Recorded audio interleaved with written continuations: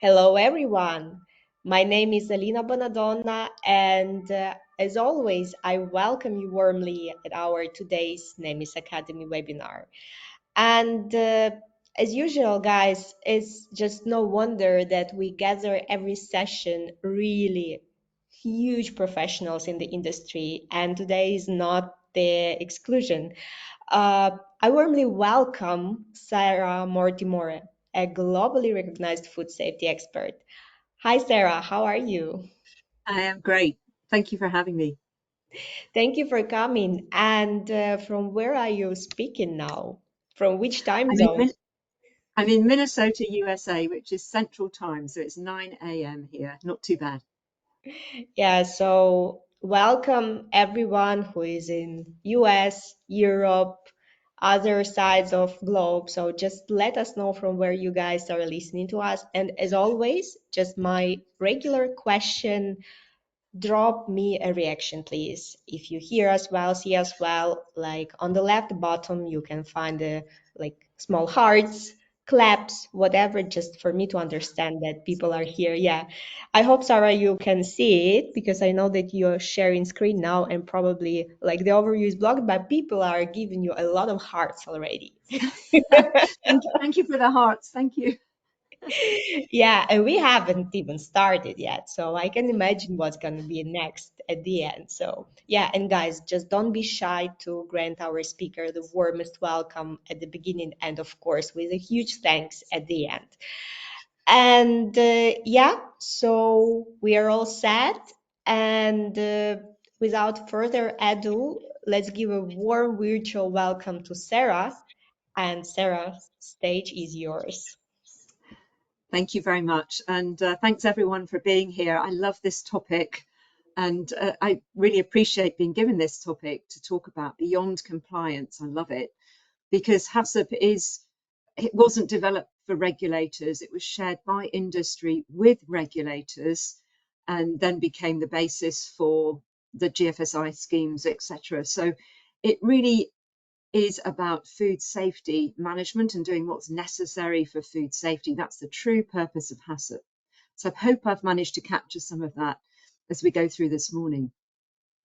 Here's a brief look at my career. So it's quite long. It's 45 years in industry. I started with GlaxoSmithKline in the UK in research and development, and then moved to a smaller company, Croda, also in research and development before transitioning to quality management.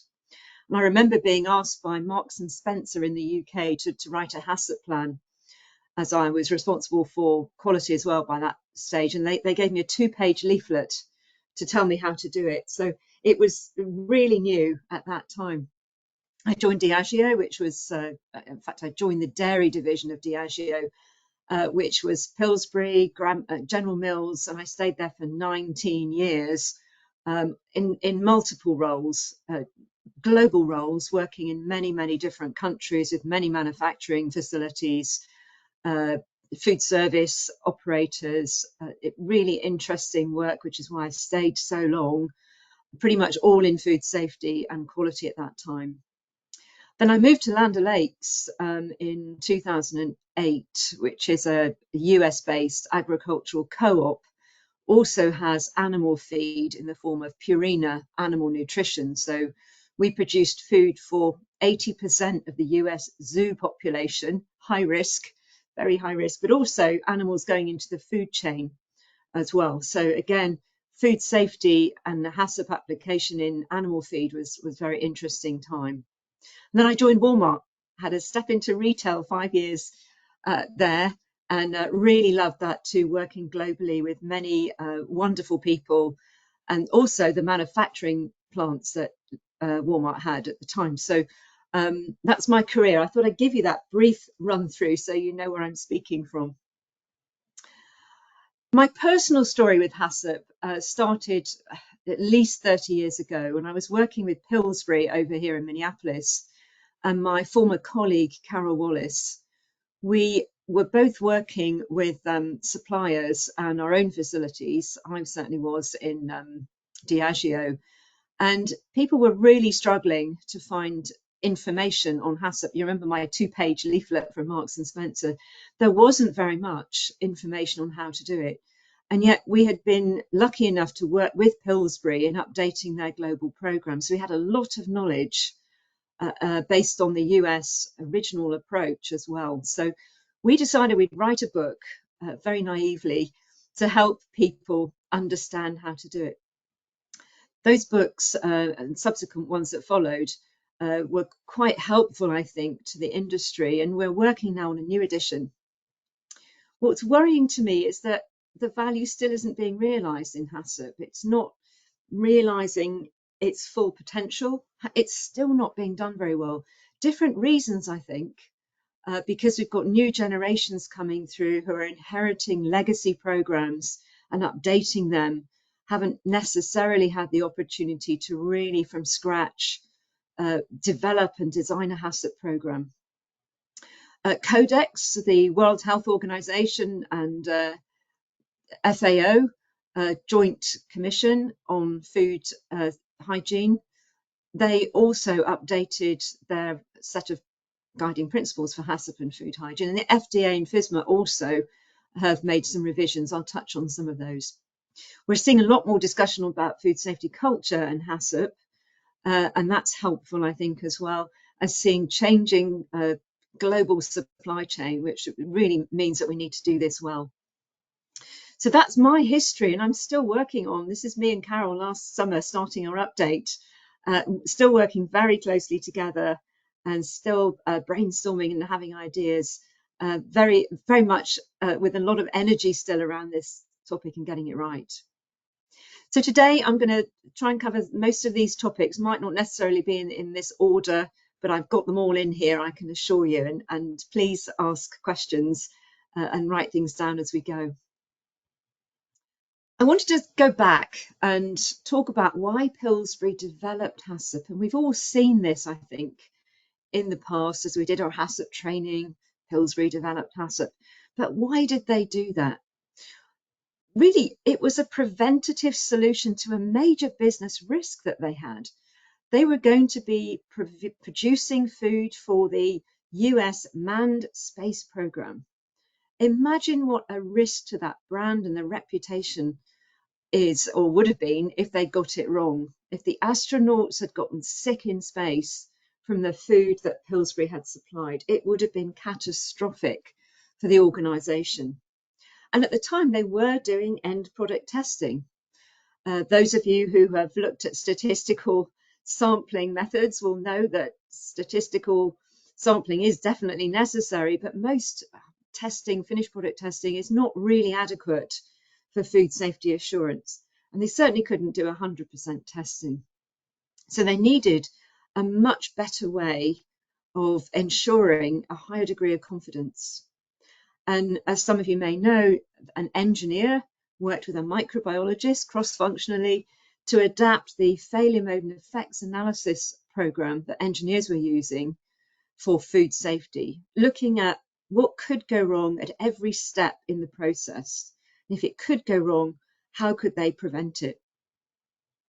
These space food sticks, by the way, some of these are pictures from those Pillsbury archives, and the space food sticks was on the market, didn't do very well. I don't think it tasted great, but it was a spin-off from the space food that they were producing.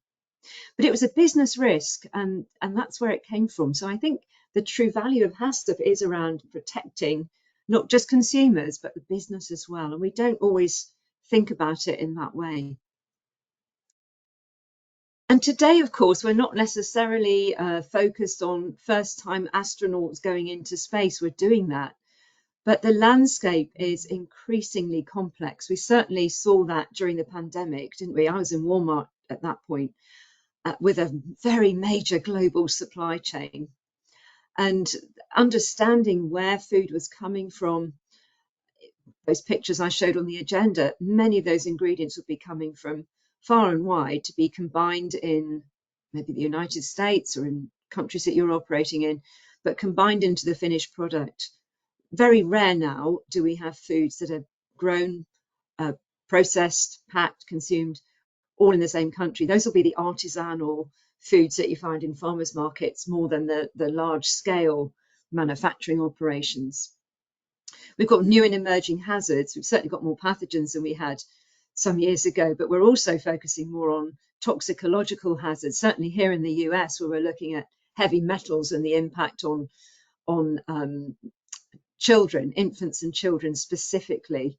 And the government's putting in a lot of money into research in that area.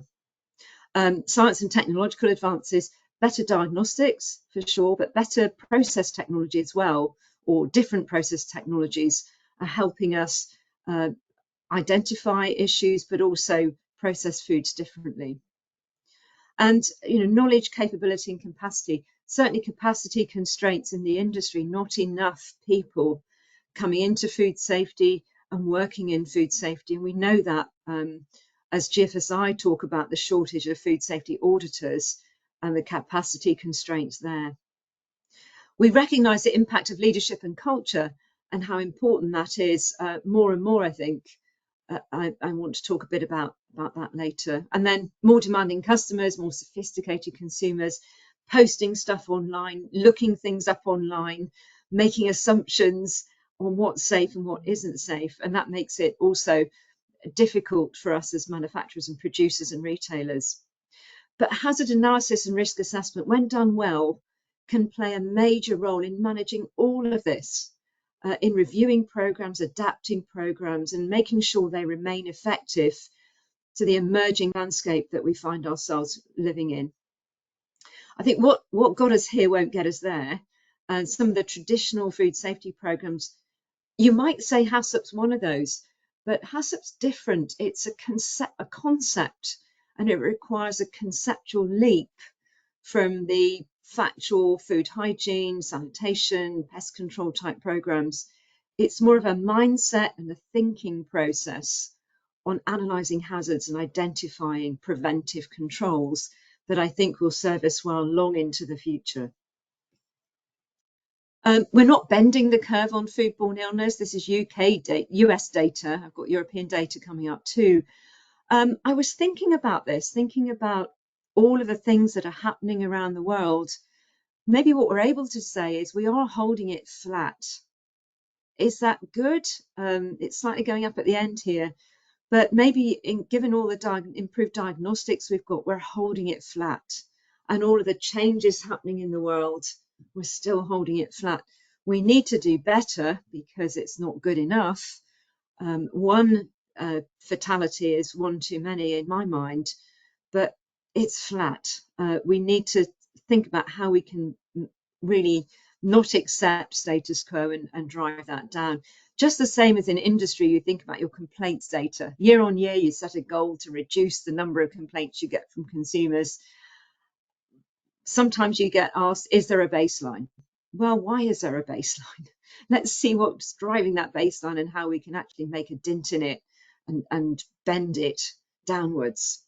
So this is the US data. European Union, it's much the same.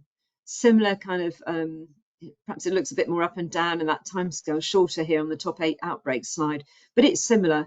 We still aren't bending the curve downwards when we look at the most recent data we have.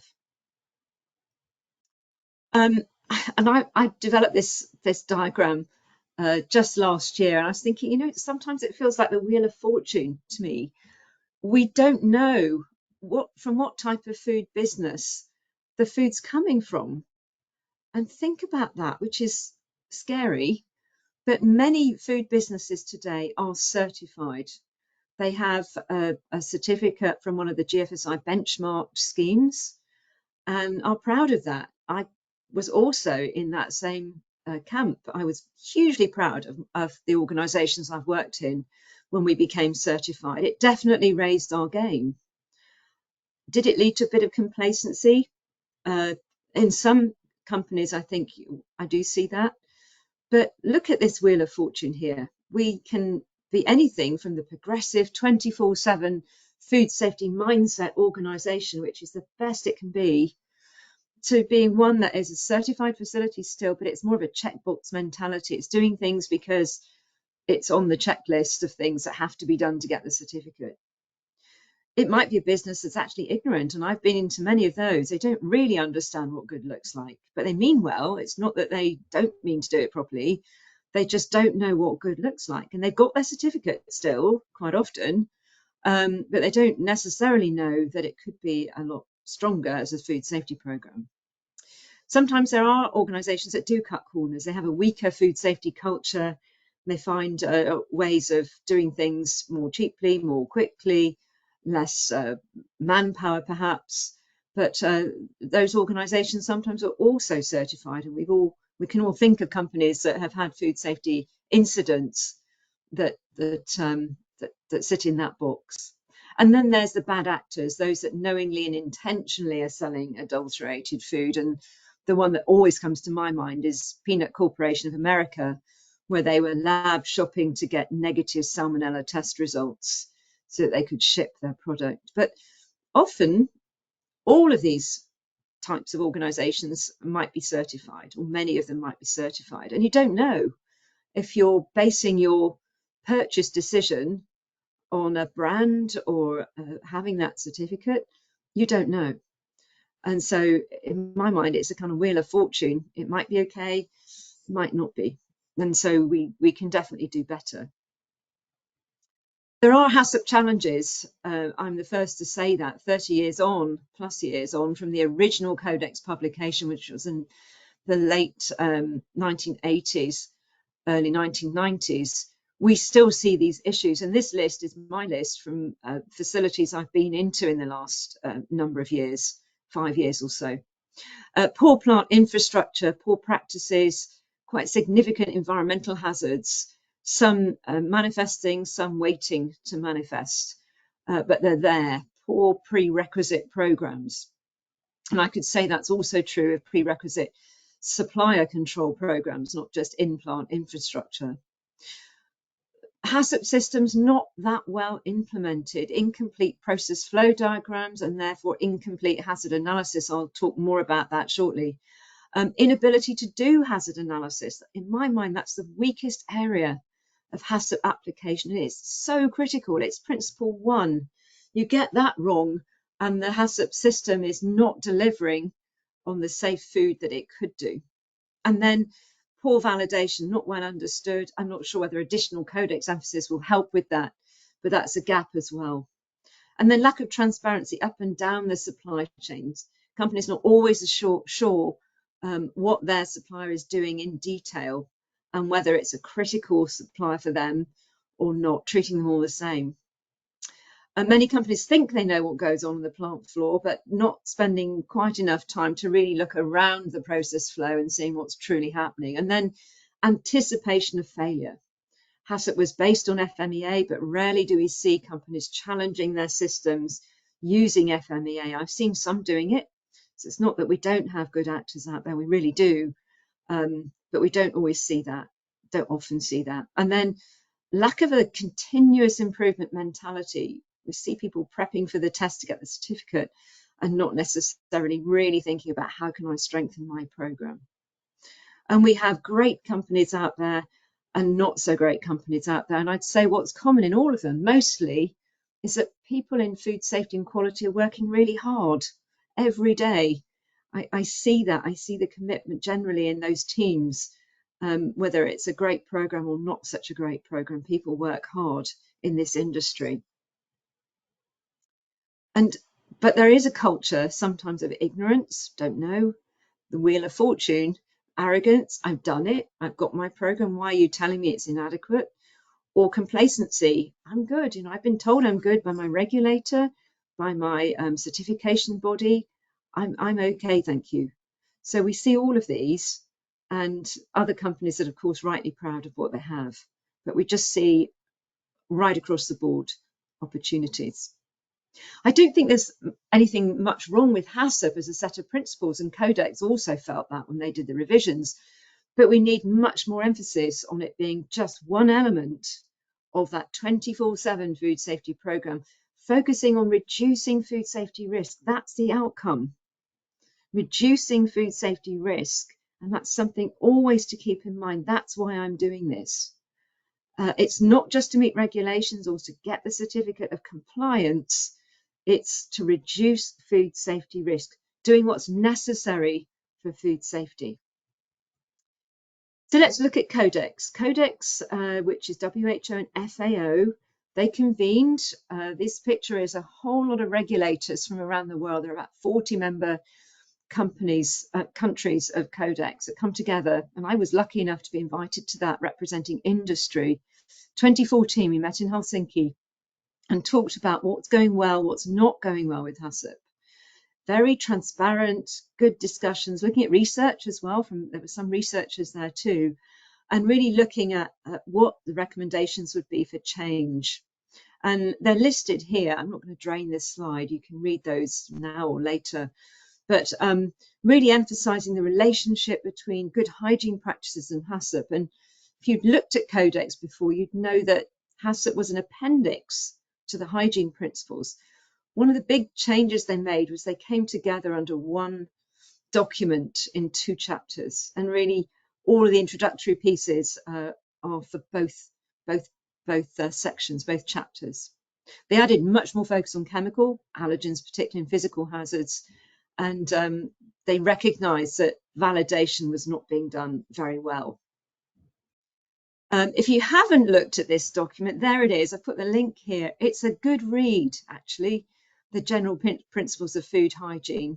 I think it's much easier to understand. I'm not going to go through all the changes in definitions with you, but there are a lot.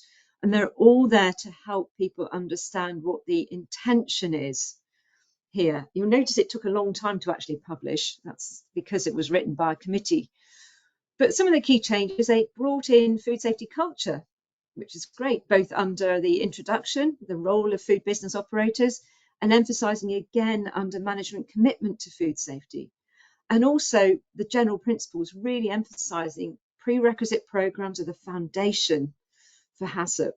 But it might be sufficient to apply some GHPs, and they talked about some of them having an enhanced role than others. And if you're in the USA, you've got FSMA with the preventive controls. If you've got FSSC 22000 or ISO 22000, you'll have operational prerequisite controls. They leaned into that and talked about the fact that some GHPs are more essential than others. And then they talked about validation, scientifically validated control measures. So there were quite a few changes, and it is a good read. It's free to download, so I'd encourage you to go and look at that. They decided to keep the 7 principles, and I've just listed here, they tried to improve those. And one of the major changes was to include validation at principle 3, as well as having it in principle 6. So those 2 changes were added, as well as some explanation here and some extension of what was in those principles.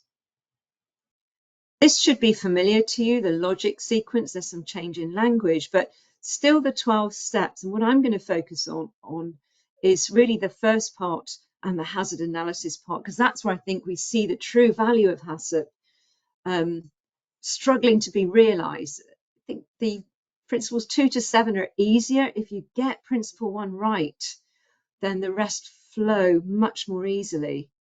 And if you don't get principle 1 right, you really haven't got a robust HACCP plan. And if you don't get those initial preparatory steps right, you won't have a robust HACCP plan either.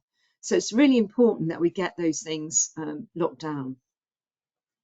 So leading into the beginning, HACCP team, plenty of opportunities, plenty of pitfalls here.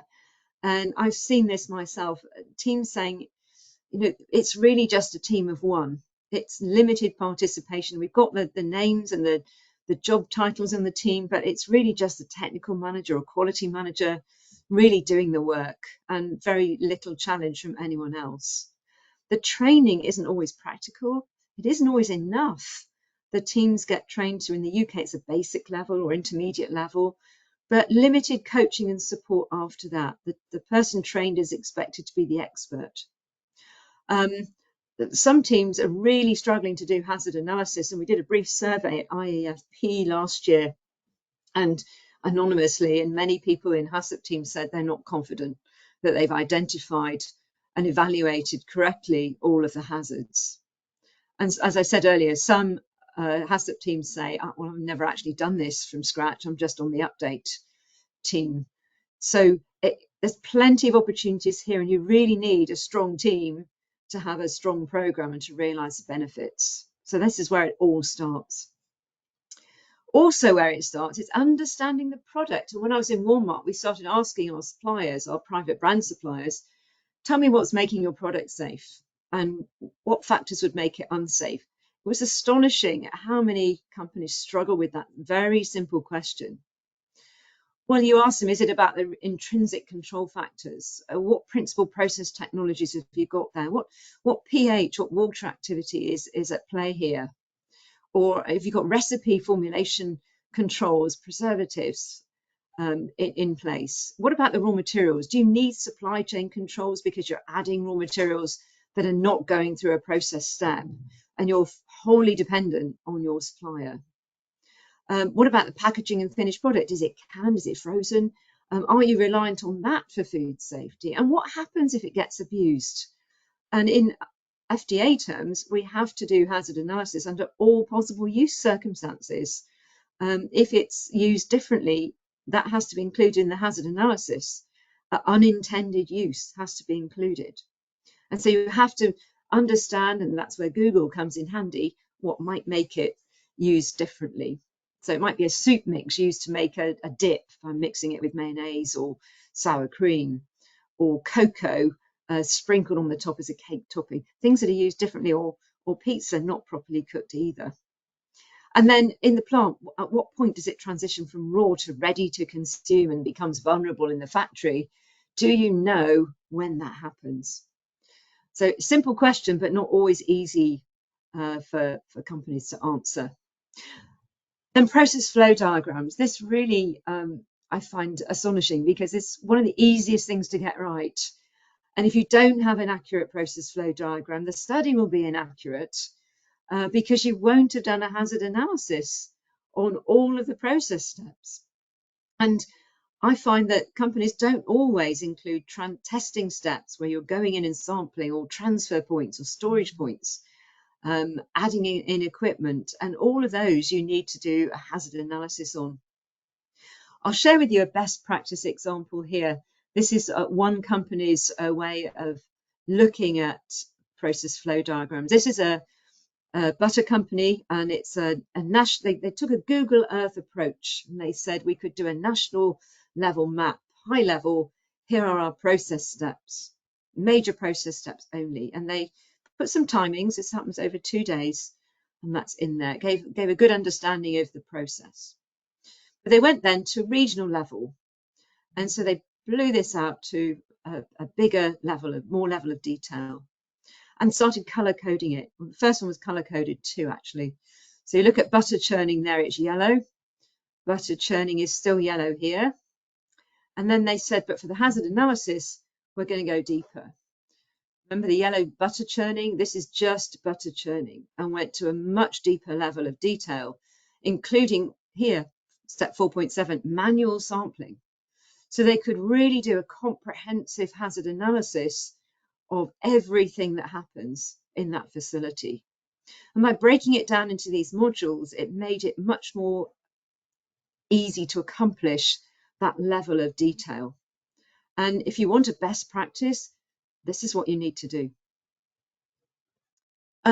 Another area of opportunity, or a pitfall, Codex changed, or actually introduced, a new definition for significant hazard, and it was based on the one that we had in the US actually. That a hazard identified by hazard analysis as reasonably likely to occur at an unacceptable level in the absence of control, and for which control is essential given the intended use of the food. This is a fantastic definition, and one which I've brought up and shared with suppliers over and over in my previous role. And this is an example of a hazard analysis chart that I actually saw in the facility, actually more than one. Stare at it and see what you think might be wrong. You know, process step, hazard, control measure, likelihood of occurrence. This is really how you should be doing it. If you're looking at the definition, you don't want to put control measure after the hazard identification, because likelihood of occurrence you'll be doing that in the presence of the control measure. And always the likelihood of occurrence will be low because you're thinking, I've got a control measure, it's not likely to happen. If you look at it after that, way down the line, where you look at likelihood of occurrence, just when you look at the hazard in the absence of control, you'll have a much more realistic understanding and therefore likely chance of getting right the preventive controls, the critical controls. But this is another easy one to look for and to understand whether a company is doing it right. Plenty of causal factors, and you'll be familiar with many of these. But again, a good checklist to really look at and understand whether companies or your own organization is really looking at all of these factors. And what's new in here is cultural and psychosocial factors, where you're looking at behaviors and where behavior can have an impact. Food crime is in here. Knowledge, lack of knowledge, or whether you understand through horizon scanning what's going wrong in the industry, and are including that in your hazard analysis as well. So some of these will be familiar, some of them new coming in as we understand our supply chains today. Hazard analysis, which is where I said principle one is one of the most difficult ones. Plenty of opportunities here. I often see hazards very generalized pathogens under the microbiological section, as opposed to really understanding whether you've got spore formers, toxin producers, vegetative organisms, because the control measures are going to be different for each of those. And that's where you really need to make sure you're understanding what type of microorganism you are likely to have, where it's coming from too, whether it's a raw material hazard or whether it's coming in from the environment or likely to be coming in through people.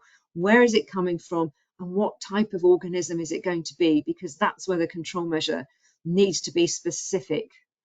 How the hazard manifests, I don't always see that. Is it the presence you're concerned about? So salmonella is present, coming in through raw material.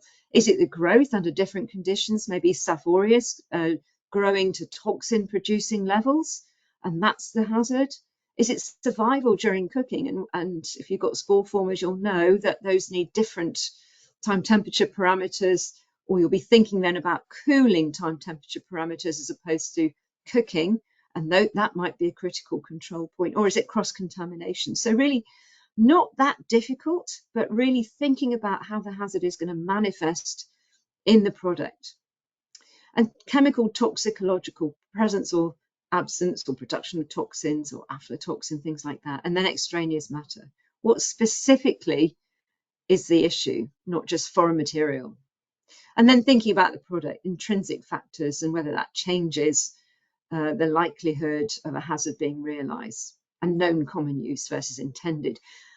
I put this picture together of a factory, not that cleverly put together, I might say, but I put it out there to say you have to think broadly during hazard analysis to identify true food safety issues, the sources and vectors of contamination in the plant. So as you think about the process flow diagram, think about all the things around that are happening and the sources of contamination and how those sources are going to move into that product zone and become a significant hazard, because not all will, but you'll need to think about what is the vector of contamination and how is that going to move into the product stream.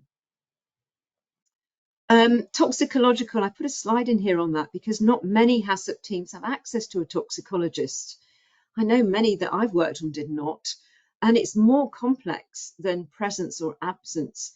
I know from the work that the FDA is doing on heavy metals, you also have to look at sequestrants, some other protective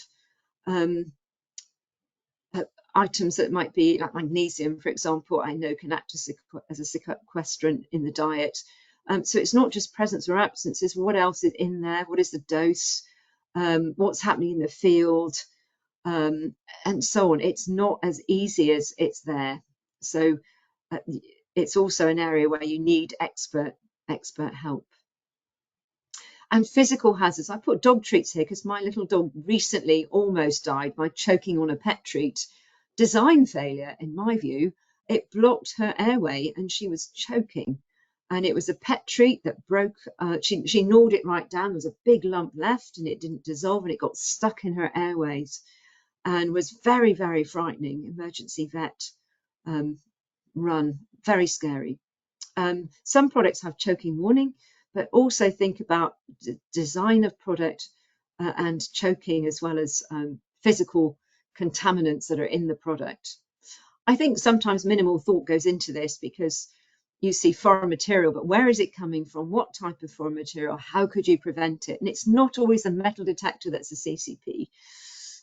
I kind of think that's the verification that your preventive controls are working, but it needs to be thoughtful when you're looking at physical hazard considerations, because they nearly always result in a recall, business risk there, and big costs to the organisation if you don't do this well.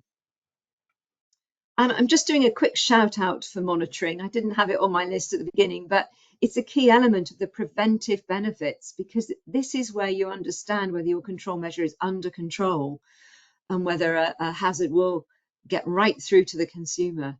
So it's a key element of the preventive control. So it needs to be thoughtful when you're monitoring those preventive controls at CCPs or otherwise. And validation, Codex put some time and effort into this, but really looking at the difference between validation of control measures and verification. They didn't call out validation of the whole HACCP plan, but we know that's needed prior to implementation, and revalidation of the HACCP plan as well. We don't always see the technical depth and breadth. And of course, none of this is called out in regulation per se. Regulations often have the principles incorporated into them, but really the depth and the breadth that you go into is really left to the food business operator. Pretty much the same with the GFSI schemes. They incorporate reference to Codex, HACCP, but don't go really into what is best practice, what does it look like, what should this look like when it's implemented properly, if you're really using HACCP for food safety, not just for compliance purposes. And HACCP plan implementation, I used to draw this as a linear process, but I've recognized it's ongoing circular process. And it is a mindset shift. A HACCP study, a HACCP plan, updating a plan, they're all activities with a start and end point. You start them, you end them. But food safety has no start and end point. It's ongoing, it's never ending as an activity. We need to think about this as 24/7, always thinking about what's happening outside of the organisation that could make me rethink what I've got in my programme. It's ongoing, it's never ending. And you need that hazard analysis preventive mindset really built into that day-to-day operation as part of your food safety culture. And that's the tie-in to leadership and food safety culture, that continuous cycle of improvement and strengthening the programme once it's put together. I used to say to organisations that once you got certified, that's just the beginning. Now you've got to maintain that programme, and the continuous improvement requirement is really what's going to make our system much stronger. And that's the same with HACCP, that the doing of the HACCP plan is a start point. It's really helpful to understand your food safety hazards. I certainly found that in the animal feed industry, where HACCP wasn't common, and retail as well, where we did some HACCP studies in our retail stores in Walmart, looking at our rotisserie chicken, but also looking at our distribution in e-commerce and our online ordering systems for food, and really using hazard analysis and the HACCP methodology for those types of activities. Juicing as well, we looked at HACCP studies for that. Really thinking about how can I use this methodology to strengthen my programs and make sure that the program I've got has all of the control mechanisms in that it needs based on what could go wrong, failure mode in effect. And it's easier now. When I was growing up, I want to say, but when I was first in industry, I used books. I went to the library, I got a book out. If I was going to a dairy facility, I got a dairy book. Meat, I got a meat book.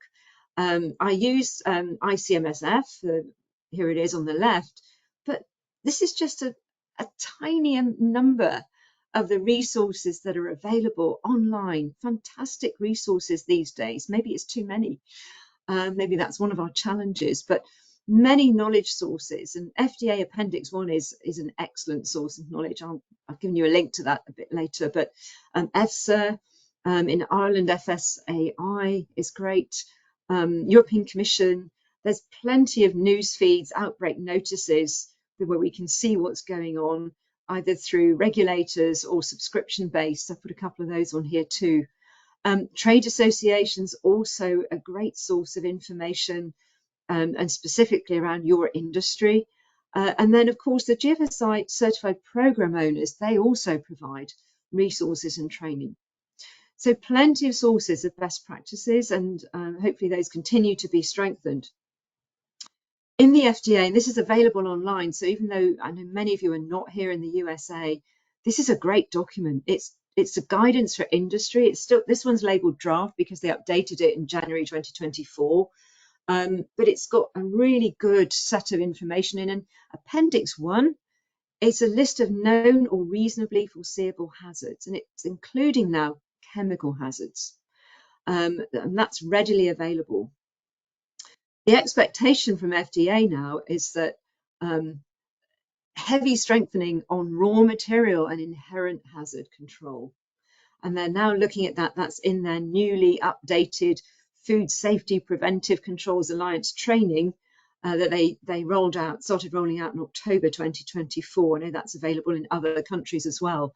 But that's heavily emphasized in that set of training. And we were doing the same in Walmart, really emphasizing supply chain preventive controls, understanding your raw materials and doing a thorough hazard analysis on raw materials as a start point, and then flowing that through the manufacturing facilities or retail stores or food service operations.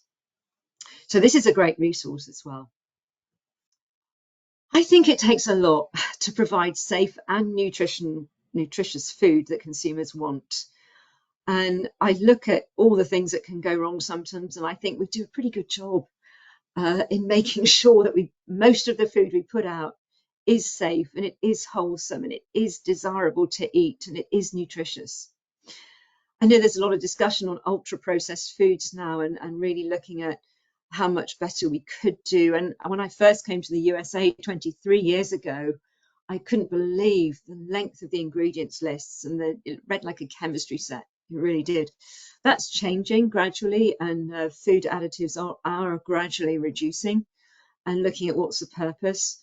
But it takes a lot. It takes scientific input, not just in hazard analysis and risk evaluation, but there's sensory science, there's nutritional science, and now we have behavioral science coming in with understanding food safety culture role, which has always been there. It's now that we put a label on it. We've got our food safety management systems, and HACCP's one of those, but also the management commitment is heavily emphasised in those systems. The organisation of procedures and documents, these systems are really helpful in helping us manage our sometimes quite weighty programmes. And the verification systems typically sit in there too. And technology, data repositories, use of AI now coming in, and traceability systems, blockchain I've popped in there too, and the improved process controls, so high pressure processing, X-ray, cold plasma, very new, not really commercialized, but it's one I'm watching, ozone treatment, so a lot of new technologies too. And of course, none of this stands alone. They all really work together to make sure that we do the best we can in industry. But we never are done, and there are plenty of indicators to identify a program that can be improved because it's not serving its purpose. And I remember going around plants wherever I've been in the world, and you think, gosh, this food safety system is taking a lot of work to maintain for this company, but it's not really serving its purpose of helping them ensure that the food they're putting out there is safe and nutritious and wholesome. We have to look below the surface. Most HACCP plans can be improved and increase confidence in the safety of the food that's coming out. And it's relatively easy with experience to see when a HACCP study hasn't been carried out correctly. All the things I've talked about, incomplete or inaccurate flow diagrams, generalized hazard analysis, no recognition of manifestation, how those hazards appear, generalized control measures not being specific enough, no supply chain preventive controls really. GFSI certificate is what you see listed in the raw material control box. And sometimes you see plans that are very siloed to the plant four walls, not really thinking before and after through the supply chain. And then inadequate validation, confused with verification. And these things are some of the reasons why you see a difference between a HACCP program that's really reducing risk of food safety failure versus one that the organisation uses for compliance and for passing an inspection. And it's not really delivering all the benefits, and we know it can, and were outlined when Pillsbury first shared what they were doing. There's some more things here that you can check off later. And when you look at food business culture and opportunities, if you see some of these things, so separate to the HACCP issues, if you see that business KPIs are seen as adding more value than reviewing a food safety plan, or the business value of food safety not really being recognised, limited resources, using generic plans, really seen as a one-time activity, all of these things really are indicating that the culture is slightly off in terms of what could be done better. So building, embedding a proactive culture, really challenge the hazard analysis and food safety controls and look at whether they're acceptable based on all the information and technologies available today. Really challenge yourself to see whether it's as good as it could be. Taking the time to fully understand those codex revisions and why they were made. And look outside of your organisation to the root cause of recent industry failures and trends going on, and making sure you've got that news feed and you're constantly reviewing that to see whether there's new information available. Utilise your own data as well to bring insights, and that's where I think AI will be able to help in the future and is already helping companies that are starting to lean into that. And maximising those opportunities to use all those sources of information that I highlighted earlier. We need that dynamic mindset, challenging the existing controls, and the monitoring schedules, and not being complacent. We can improve almost always and add more value.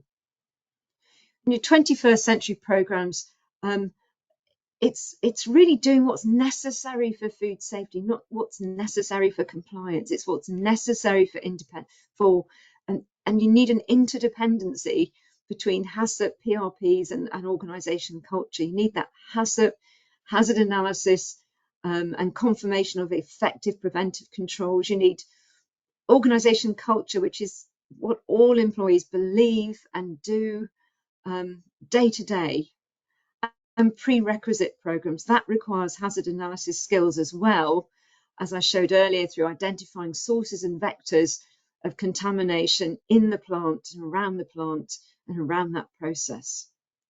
So it requires all of these elements working together, and then more effectively, the true purpose of HACCP is to more effectively assure safe food. That's what it was there for, not for compliance. And we need to evolve because we're not doing perhaps as well as we could, but reflect and learn from the past and think about what change is going to be beneficial and move us further forward, whilst remembering that the basics are always going to be really important foundations: prerequisite programs, hygienic design, supplier management, etc., etc. We need to do those as well as we can, but hazard analysis based, driving what's essential for food safety. And that requires bold thinking and courageous leadership. And that's what I have. And for you all listening, be curious, be critical, have that courage to challenge what you have and really drive for continuous improvement to be always the best that you possibly can be. With that, I'll just thank you and take any questions. Stop sharing if I can figure out how to do that. Thank you so much, Sarah. That was an amazing session as always, but not as always, even really 100,000 times better, because we already have a queue of questions. I should tell. First of all, using the opportunity, I would love to say hi to you from your colleague. partner in crime, Luciana Lee. Hi. Yes. So, and as far as I know already, you are busy with book 9, right? We're busy Sorry. with we're book 4 of the practical approach book. That will be the 4th edition of that one. So that's the next one we're working on. Yeah. Nice. Great. And looking forward to also get this edition and to read through it as well. So let's start with the first question. It was like almost at the very beginning. Um, what are some good examples of FEA? Probably it's Failure mode and effects analysis. yeah. Uh, application in HACCP. Yeah, I've done it a few times myself, and it's just a great tool to really look at. It's like an overlay. It's a check, a sense check. So if you maybe you need to go on a course or research the technique, but it's a structured approach. It's looking step by step at the process step and looking at the control measure you've got. What's the failure mode of that control measure? And therefore, what would the effect of that control measure failing be? And what could I further do to prevent that control measure from failing? And that's really how it works. And it's a great exercise. It takes time, though, if you're going to do that for all of your control measures. But you can start with your critical controls and then move on to your perhaps broader essential controls that you've got through prerequisites. But really look at what failure mode, what would cause the control measure to fail, and have I got a preventive control for that? And you'll be amazed at how much stronger you can perhaps make the program. Thank you so much. Next question is coming from Jeff. First of all, it started with compliments. Thank you for a brilliant Thank you. presentation, Sarah. Thank And like what he wanted to admit that he liked your best practice HACCP example for butter traditionally considered as a low food safety risk and stable, but we know how due to repeat of listeria outbreak, it is vulnerable if we don't understand and respect this. So the question. As you leave behind the super legacy, what one change would you like to see in the future that would move the dial on food safety? Oh, that's such a great question. I'd, I think there's kind of two things, actually. I know Mark is on listening to me about auditing. I think he's on. I saw his name on the list. I'm going to talk to him tomorrow. But I would like to see us rethink the way we audit and certify facilities. I'd also like us to rethink how we train and educate our food safety professionals. So those two things, I think, go hand in hand. And I'm planning to do some work on that as my legacy, I hope. So I'm interested in talking more about that. But those two things, I think certification, it raised the bar.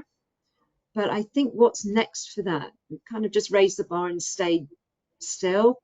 And it's now we're seeing outbreaks come from certified facilities. And we're challenging ourselves on that. And the audits we were starting to do in Walmart actually were like an overlay to what GFSI was doing. So there's that one. And there's also, yeah, how we train and educate our professionals and how we really think about. And when I was learning, I learned from the dozens of retailers that came to audit my facility. We lost that when we had GFSI because suddenly we had one audit that replaced a lot of those. And all of that learning opportunity went. Some of it's come back as companies have gone in and now going back in themselves. And Walmart, we were doing some of that too. But that was a rich source of knowledge that disappeared. And I think we have to really think about how those two things fit together. So that's something I'd really like to continue to work on and think about and be known for. Thank you so much, Sarah, for answer and Jeff for amazing question. Next question, any suggestions on blending HACCP and preventive control? Can you say that again? Any suggestions on blending HACCP and preventive control? Like I missed one of those words. blend, Linking it, did you say? blending. Blending. Yeah. I think the FDA did a really good job there with HARPC, so hazard analysis and risk-based preventive controls. If you read the FDA guidance document, you'll see it in there. They really were saying use hazard analysis to identify all preventive controls. And some of those will be CCPs, critical controls, typically the process controls, and some of them will be preventive controls other than CCPs. And that's where Codex was going as well. They kind of stopped short of giving it a label. But if you read Codex, it talks about some GHPs are more essential than others, have a greater role than others. So it is in Codex now, and it is in FSMA.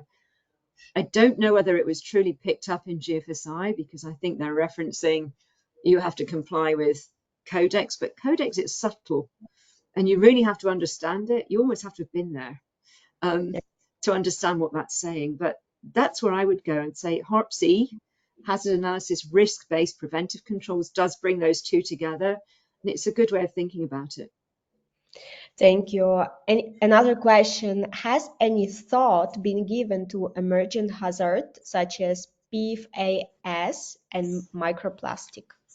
PFAS. Yeah, that's a tough one. Yeah, PFAS. Yeah, it is a tough one. And I think it's one where it's a role for governments and government risk assessment.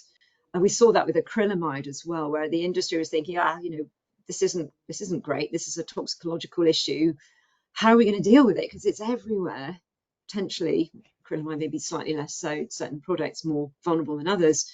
But PFAS as well, I think that's where we do see the role, really a great role for governments and experts able to do expert risk assessments and publish and help industry. But certainly removal, we're seeing the industry remove plastic coatings on cans or packaging, layered packaging. We are seeing the industry work towards eliminating PFAS from a lot of packaging now, which is a good thing, because that's what you can do, is designing it out. It's really the answer there, designing it out.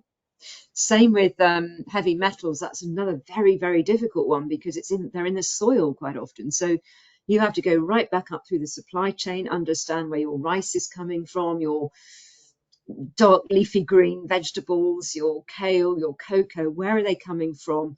What's the risk in that region? What's our usage rate? What else is in the product? It's much more complex than, as I say, presence or absence and growth opportunities. So it's really pushing back up the supply chain for control, and then maybe designing out where you can, but looking at supplier-based controls and farm-based controls too, actually. Thank you so much. Another question, what is your opinion on the fact that some reliable sources such as USDA classify a hair as a physical hazard in certain documents? Is there any scientific evidence to support this classification? Well, a hair is a great example of being a vector of cross-contamination. So I think, yeah, I know where that's coming from. And in some of the US documents, they talk about filth, levels of filth that are permitted, actually insect parts as well. What level is okay, what is not okay. But I see them as vectors of microbiological contamination. And if you do have a hair in a product, then it's almost an indicator of hygiene controls perhaps not being as strong as they could be. So I see those more as indicators or as vectors of contamination rather than as a physical hazard, which of course they're not in true HACCP sense, but they are indicators of hygiene not being as good as it could be, and perhaps a vector of contamination that could have been controlled better. Yeah, because the same person afterwards clarified a bit that I have asked this question on several occasions, and the typical response is that it is considered undesirable. However, I believe there is an important distinction between quality-related contamination and food safety-related contamination, basically what you mentioned. Yeah. Yeah, I agree. I mean, if you get your hygiene right and you control all the contaminants, then you're doing something else right. They're great indicators, actually, some of those. Yeah. And I think we still have a bit of time for one more question from guests, and maybe for one question from me. Go ahead. Yeah. So thanks for a brilliant webinar. Thank you too for attending. What are some good training programs for quality supervisors HACCP coordinators to become a good auditors? What are the things that auditors usually miss? Gosh, it's a great question. I think if you have a hazard analysis mindset as an auditor, you can walk the plant and you can firstly understand the product, what's making it safe, what will make it unsafe. That's a great tool for an auditor. If you start with that before you go into a plant, you can then say, right, now I'm really homing in on what's critical. I can't get to everything in a day or 2 days, but what's making this product safe, that's where I'm going to look. And then you go into the plant and you can look at that. I talked about the sources and vectors of cross-contamination. Think about those as well when you go in with that mindset, hazard analysis mindset. Training. When I was in the UK, I really liked the control that the UK has on training classes, because they have validation of training. And they also have control over trainers and training capability. So they'll use end test results to look at how capable a trainer is at transferring knowledge. And they also have graduation. So they have advanced HACCP, which is a whole week of training, and it requires case study work as well. And the intermediate level is 2.5 days, and then there's the introductory level. So they kind of have a stepwise approach, and also recognition that you really do need coaching. And where can that come from? You need capable people to do that. But as an assessor, I'd really focus on what's making the product safe, really understanding that. Thank you so much. And I'm really curious, like at the beginning, you mentioned that writing a book 30 years ago, due to poor understanding of HACCP, it was one thing. And how does it feel now, hearing your own perspective evolved since then?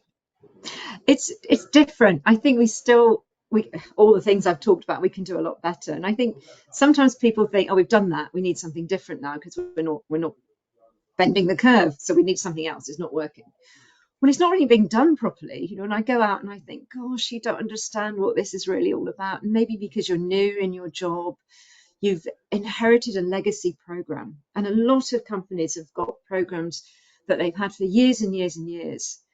And in one of my past companies, we do a really deep dive about every 3 years or so. We take the whole thing to pieces and start over and put it back together.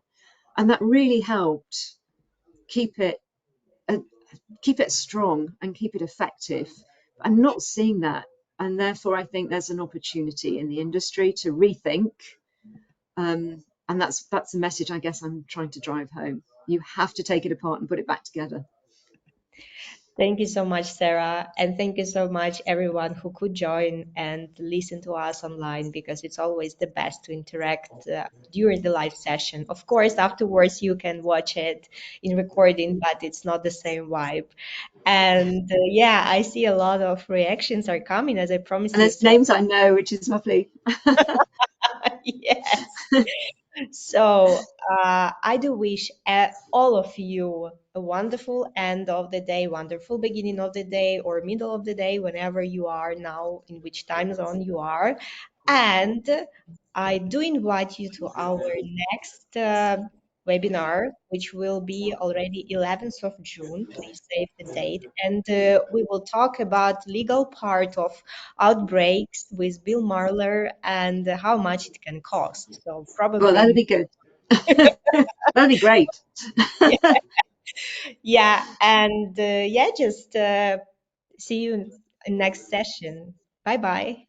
Thank you.